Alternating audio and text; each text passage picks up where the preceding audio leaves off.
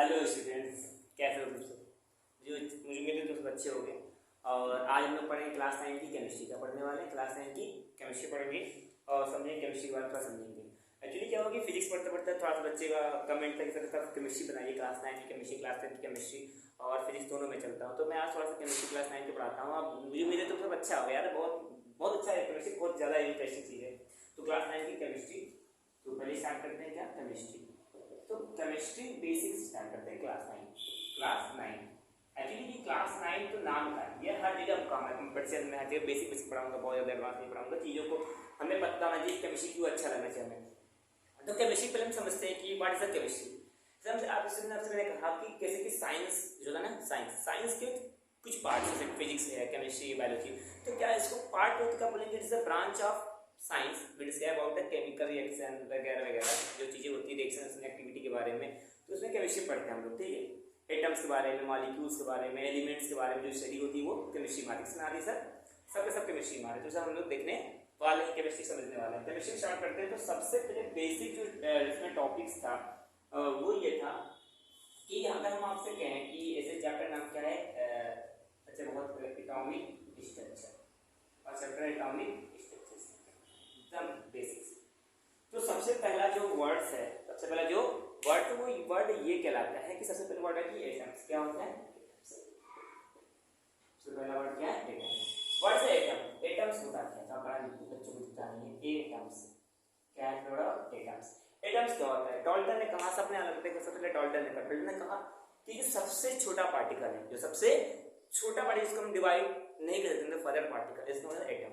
तो भाई उनके अकॉर्डिंग था, ठीक है। तो कैसे समझे, मैं आपसे कह दूं कि आपके घर बच्चा है, जैसे मैंने कहा कि ये शादी हुई, मान लो इस बच्चे का एक ही बालक था, तो अब ये इकलौता कहलाएगा। लेकिन अगर इस गलती से एक बच्चा और पैदा हो गया तो अब थोड़ी नहीं होता है अब तो दो बच्चे आ गए। तो वैसे एटम्स, एटम को जब डिवाइड नहीं किया गया था तो उस वक्त एटम एक पार्टिकल था, लेकिन एटम को डिवाइड किया गया। किसमें डिवाइड किया गया? पहला इलेक्ट्रॉन, सॉरी पहले एटम्स में क्या क्या इलेक्ट्रॉन्स होते हैं,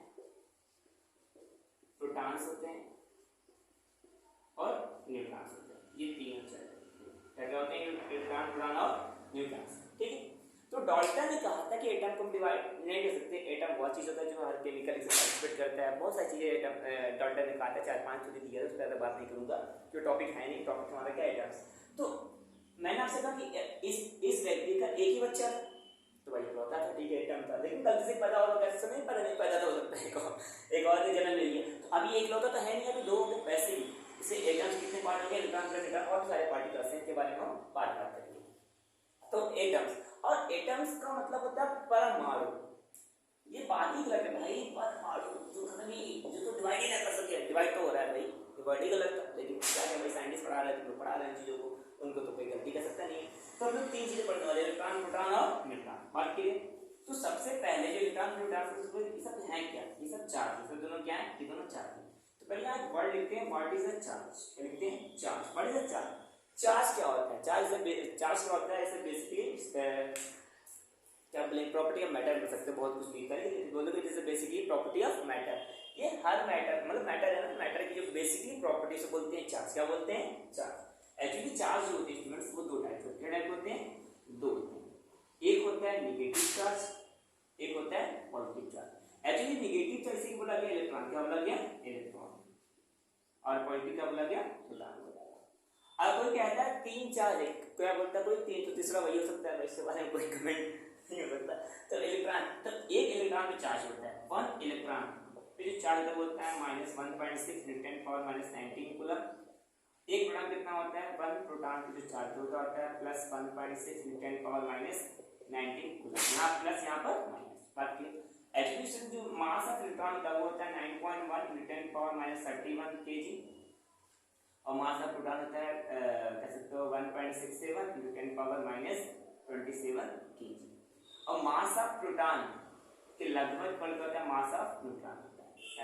क्या होता है? मास ऑफ प्रोटॉन का होता है मास ऑफ न्यूट्रॉन। तो एटम को जब बात एटम की हो रही है, किसी बात हो रही है एटम्स की, तो एटम का थोड़ा डायग्राम बना देते हैं, ठीक है? आगे इसको नोट करो ना, आगे देखते हैं इसके बारे में, देखिए अच्छे से, ठीक है।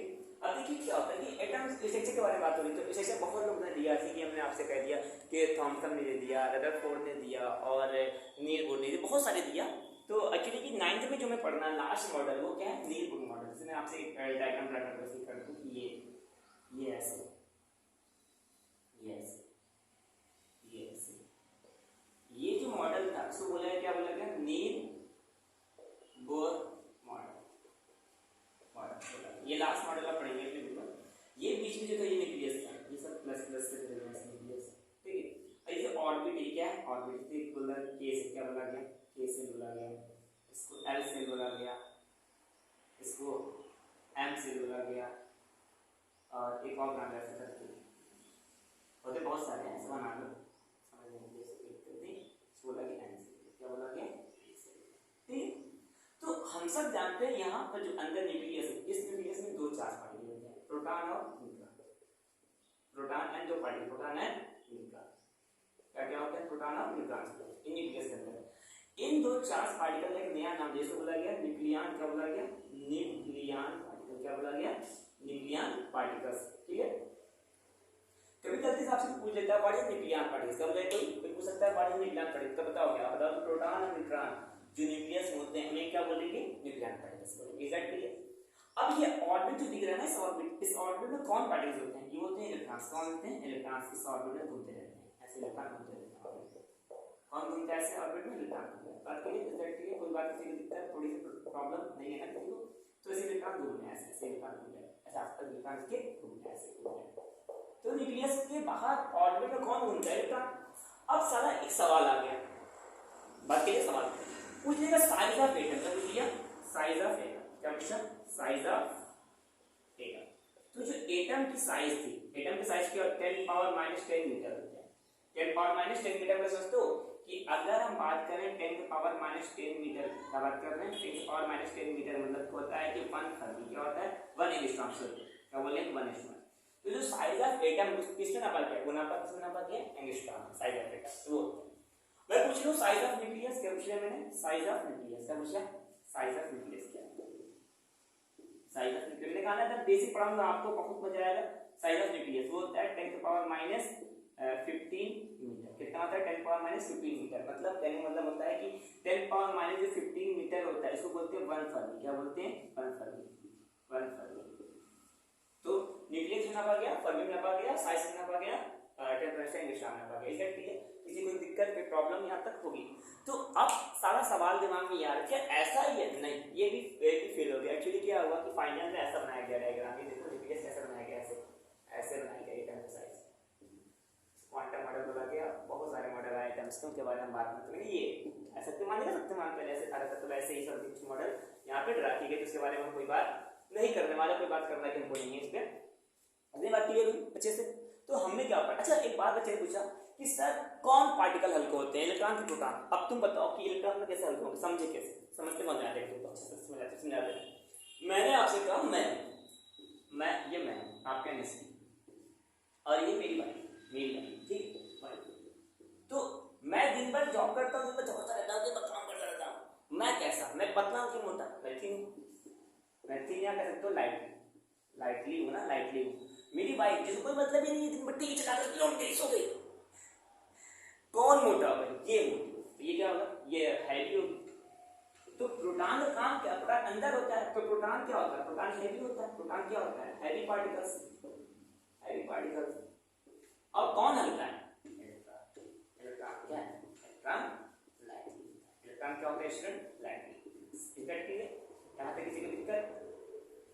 और मैं ये नहीं कहूँगा कि आप कमेंट करिए, लाइक सब्सक्राइब करिए, सब कोई मैटर नहीं करता, अगर आपको अच्छा लग रहा है, आपको लगता है कि कोई ऐसे बच्चे हैं जो कोचिंग एफर्ट नहीं कर पा रहे हैं, जो नहीं जा पा रहे हैं, उनके लिए बहुत दूर पड़ रही है कोचिंग, तो यू कैन आप यकीन मानिए कि कोई भी टॉपिक पढ़ाऊंगा, केमिस्ट्री में, फिजिक्स में, आपको कोई पेपर कैसा सेट करे उससे कोई मैटर, कोई दिक्कत नोट करिए, आप आगे देखते हैं अच्छे से, ठीक है। अरे कह रहा हूँ वीडियो नंबर शूट नहीं कर सकता हूँ क्योंकि मेरे मोबाइल में इतना डाटा नहीं है, और मैं इसके बाद जो एटॉमिक स्ट्रक्चर इसके बाद सेकंड वाले पार्ट में मैं दूंगा। मजा आया।